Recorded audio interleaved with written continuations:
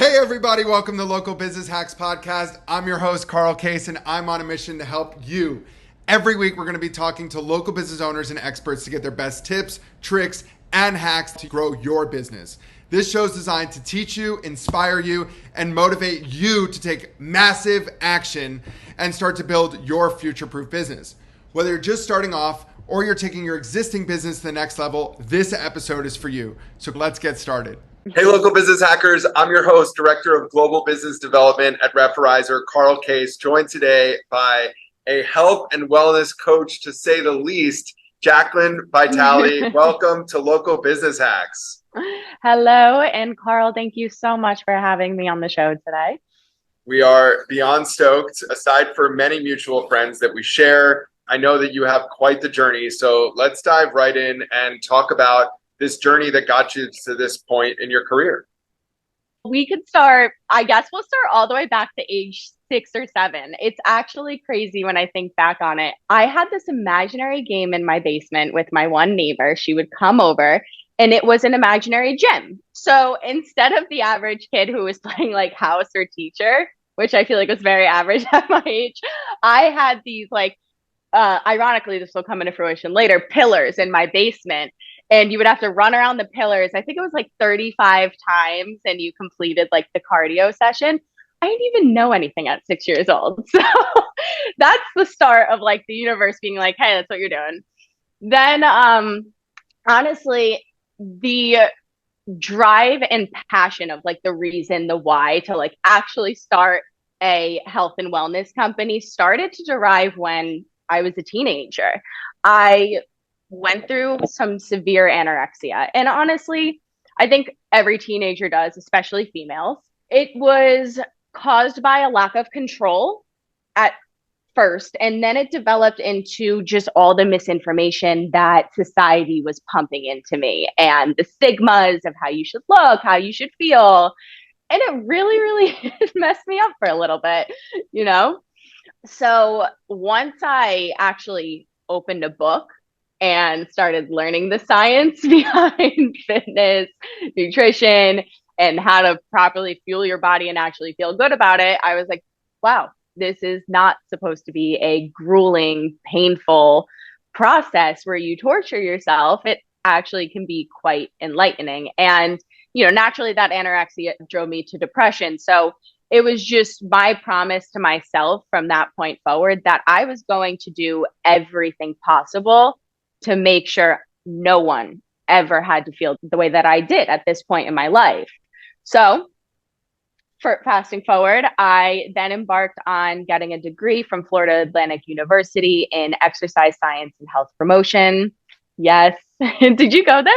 Shout out South Florida. No, I went to a little college football school called the University of Alabama. Oh, love it. That had to be such an experience. Oh, good for you. Well, I did FAU, which was awesome. I got to go through the transition of being a terrible football team to a good one. It was cool. But with that being said, it also opened a ton of opportunities for me to have internships with some of the elite coaches, with professional athletes to chiropractors, honestly, everything across the board. So at this point now, I had everything necessary, and I'm about to graduate college. I'm in my last semester, and being a drunken 21-year-old, I fell and broke my elbow in half. Like, next day, I had to pick up the phone and call mom and dad and be like, hey, I don't know if I'm going to graduate this semester because my internship requires me to train professional athletes, and I have to do a program on handstands for my last class, and I can't do any of this. So I don't know what they're going to do. Anyway, again, had to pull myself out of a deep, dark hole. And at this point, it was just every experience I needed and had to go through to be the same as everybody else and have that experience, and just working with everybody and with myself to develop the tools and resources to create the best company possible. So that drove me the passion to get here. And that's why I did not know where to start. Well, congratulations on that journey. I know that there was some interim things athletically as well, like being an iFit Pro athlete and different things Yes. that definitely shaped you into realizing what is and what can be. And it's a beautiful thing. So talk to us about your brand. How can people get involved and what is the core of what you're doing? So, like I was saying before, I was driven by so much misinformation and everything like that. I'm a health and wellness coach, right? But the journey is not just about the body. It's actually an entire mind, body, soul experience. So that's why I do title myself as a lifestyle management coach, because I want to approach all of those things. And because of the experience I just told you that I went through, it gave me the vulnerability and the education and the ability to really connect with these individuals as to what was going on. So as much as we can do check-ins and talk with the clients all day long, I needed to create some sort of concept that would get them consistent and working with it. So about 2 years ago, I developed this concept known as the 6 pillars of wellness. And what that is our wellness is comprised of 6 pillars: our physical, nutritional, spiritual, emotional, intellectual, and occupational well-being. And what I do is I encourage my clients to get to one task at least every single day. So that way they're getting to 6 tasks a week. But progressively every week, we want to move forward to getting to 2 tasks a day, 3 tasks a day. And the next thing they know, it's really simple tasks. Like some people are like, all right, how do I fulfill my spiritual pillar? I don't get this. I'm like, just close your eyes, deep breathe, look into the sun for 15 seconds. It improves your serotonin levels. It's that easy. And, then they ask the next question. Well, if I deep breathe for 5 minutes, what happens? And I'm like, oh, now we're getting into meditation. Hold on a second.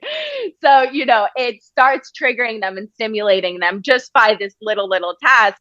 And then you're developing consistency and they're remaining grounded and in tune with all these things going on.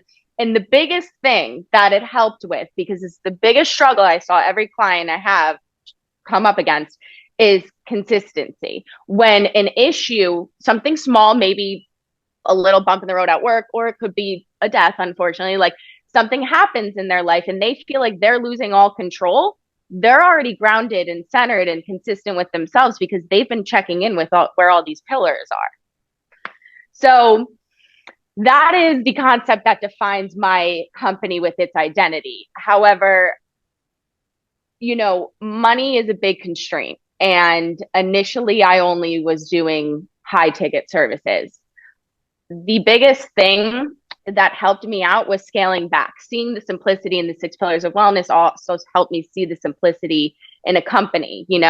Everyone needs the opportunity to be able to take advantage of these programs I provide. So instead of hosting just a high ticket one-on-one concierge fitness and nutrition customized programming, where they also get their 6 pillars of wellness plan and exclusive access to my app, I'm now releasing a ton of programs to just the average clientele who doesn't want to spend a ton of money, but does want to lose some fat, gain some muscle strength, has no idea where to start, doesn't have a lot of time to spare, and they're frustrated with trying all the other things and filtering out all the BS, creating effective, time efficient, cost friendly programs that can get them started. And then once they really build up that stimulation, they can move into the one-on-one concierge experience. Amazing.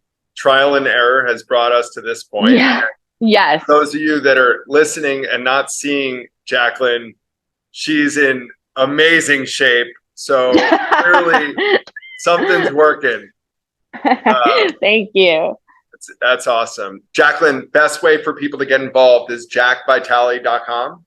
Yes, right when you go on there, there's always going to be a pop-up showing whatever program I am running at that time. There are always a ton of new ones dropping, and the ones that are really, really popular stay up forever. So it'll take you right to my web shop. If you're looking for more of a personalized experience, just click right past that pop-up, and then you'll see you can have that one-on-one customized fitness experience, nutrition experience.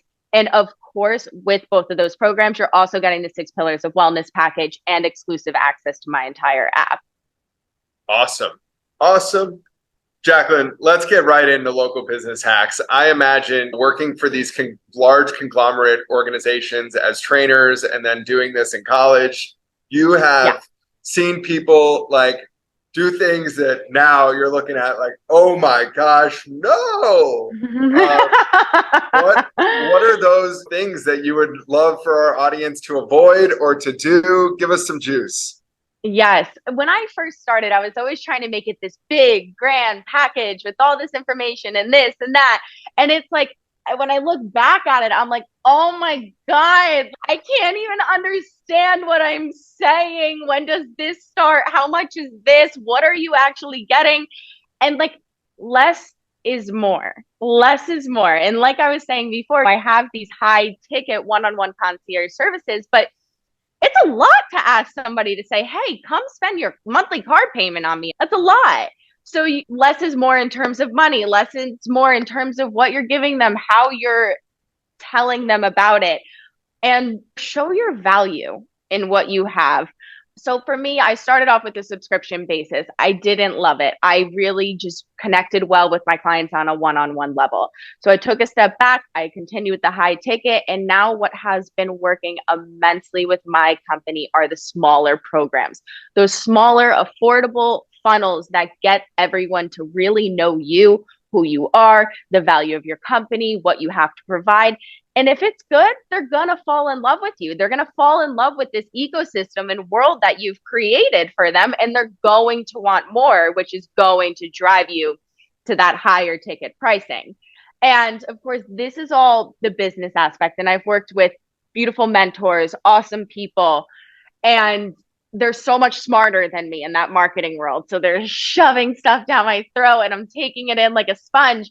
But the one thing that I needed to hold on to, that needed to make all those other things work, or it was not going to work, was to keep my authenticity. You have to be authentic. You have to be, and you have to be vulnerable. You have to. It's key. That's awesome. Jaclyn, when we talk about you being a health and wellness coach and lifestyle coach, what are some absolute no-nos that people hear all the time that they're supposed to do or should be doing that are just that you look at like, no, please don't do that. That is so counterproductive. Honestly, one of the weird, like you would never honestly expect me to say this, but stop focusing on calories as your validator. And also stop focusing on the scale. Let's get a tape measure out. Let's see how much your muscles are actually tightening up and the fat is dropping off, because muscle weighs more than fat. So stop getting on the scale every single day and every Sunday and questioning this. I mean, for girls, you might be menstruating at that time of the month. It's going to be higher. For guys, you might be holding water weight, or same for girls, but you know what I mean? And in terms of counting calories, first of all, Instagram and TikTok's telling everyone to do 1,200 calories a day and you're healthy. Just stop. I don't believe in keto. Your brain functions mainly off of carbohydrate fuel. Eat carbs. So stop counting the calories. Focus on what you're eating. Nutrient dense foods, things that are going to fuel your body. Like I eat like 5 cookies a day, those little mini cookies, but I'm still starving. I have a massive salad and I can't eat for the rest of the day. So that makes sense somewhere. Nutrient dense foods. That's awesome. So. I just completed Tony Robbins' Life Mastery, where I did a 5-day cleanse that started with celery juice. And for those of you listening, I have battled with psoriasis for 18 years of my life, and it is completely gone.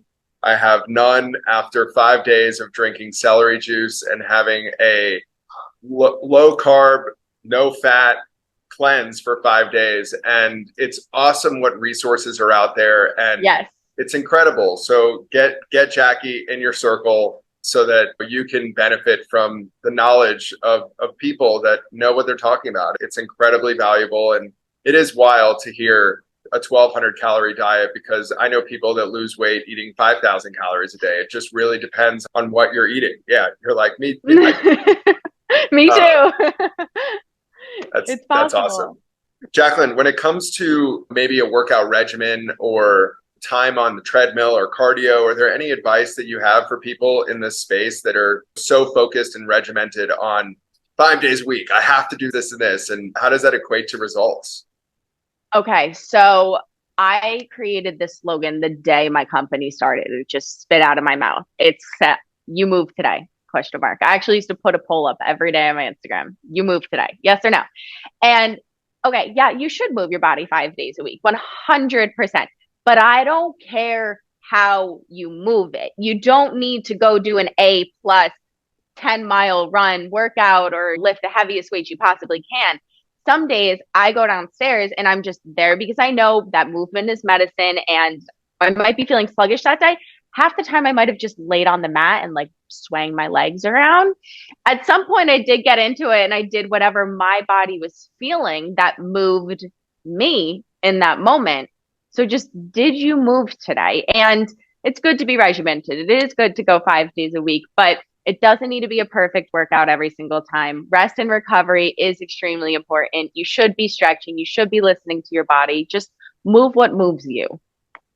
Love it. Love it. Love it. Love it. Okay. So Thank you. speaking of moving, I start every morning off with Tony Robbins priming. And that has been not only my meditation, but my way to really kickstart my day. I'd love to hear from you. What does your morning routine look like? Or what are like this ideal morning routine for you? Are you kidding me? This is my 6 pillars of wellness routine. This is the exact concept I created. It is my morning routine. So physically, this is actually a perfect example, right? So for my physical pillar, there's actually a few levels to it. And if I'm not feeling it that day, I'll just go stretch. As long as I stretch my body, I'm happy. My point before. Other than that, it's just get a good workout in, move my body in some sort of way. Nutritionally, I always want to maintain an 80-20 balance. So in the morning, I immediately make sure I make my smoothie because that sets my cravings right for the remainder of the day. So we've got a good workout in, we've got a good smoothie in. Then I do my 5 minutes of deep breathing in my head. I say some affirmations of what I'm grateful for. This is just a positive mindset thing. It gets me thinking in the right direction. So now we have my emotional or my spiritual pillar fulfilled. Sorry. Emotional and intellectual will usually combine together with a little journaling session. Sometimes it could be 5 minutes, other times it could be 8 pages. It really depends on the day. And then at that point, I've completed my 5 pillars. I'm feeling good to step into my occupational pillar. So I make my occupational list for the day, what I want to get accomplished, primarily those glass balls, the really important things, the plastic ones that I can maybe drop. And I start crushing it. That's awesome. That's awesome. What's the smoothie consist of? Oh, okay. So right now I'm on a blend of frozen fruit, bananas, cinnamon, vanilla. Since it is fall, I'm throwing a little like pumpkin spice in there. Agave, spinach, avocado, protein powder, chia seed, flaxseed. It might be it. I call it the rainbow smoothie. Okay. Awesome. Yeah. And as far as protein recommendations go, are there like some absolute stayaways from, or is there something that you think is a really positive brand? Okay. So there's big controversy on whey protein. I do love the Bobby approved guy who made Flavor City protein powder. He does use whey proteins. That's the only brand I'll be on board with. Other than that, for protein powder, I am a big fan of hemp protein or pea protein. You're just getting the protein again from more nutrient dense sources. So that's a big thing I do have to say in terms of protein. The other thing is if you are trying to drop some weight or increase your satiation levels, protein will help you with that. It's just going to turn your hunger levels off, drop them down a lot. And another big tip I would give people is after a workout, you actually don't want to eat protein right after. You want to eat carbs. The reason being is because your body's first thing that it's going to do is replenish your carbohydrate energy fuel sources. So it's going to do anything to get there. And it will go as far as breaking down your own muscle protein because you're already in a breakdown mode from your workout. So it's easy to convert to that carbohydrate fuel. So you actually want to eat carbs right after your workout to replenish those systems. So then your body can focus on the secondary thing, which is rebuilding your muscle proteins. Awesome. That is my fun fact. Awesome. Thank you for that. Of course. So before we wrap up, I got two last questions. As far as education goes, you talked about how you started to get into reading as a teenager. What are a couple of your absolute must reads that everyone in your circle has already drilled in that they've read? Oh, A lot of my must reads are like the good, honestly, it's either science or it's something like The Untethered Soul. So The Untethered Soul is a great read for me. And other than that, it's so much science, like fitness, nutrition specialist books. I've been studying for my strength and conditioning specialist, which allows me to work with a lot of professional athletes and more in that demographic area. But I'll be honest, my face is usually always shoved into science. If I have to give a good, just feel good, it's The Untethered Soul. Sweet. Thank you for that. Yeah. And then as we wrap up, my favorite question, if you were going to have dinner with a historical figure from the past, who would it be? What are you talking about? And what are you eating? Oh gosh. Okay. David Goggins.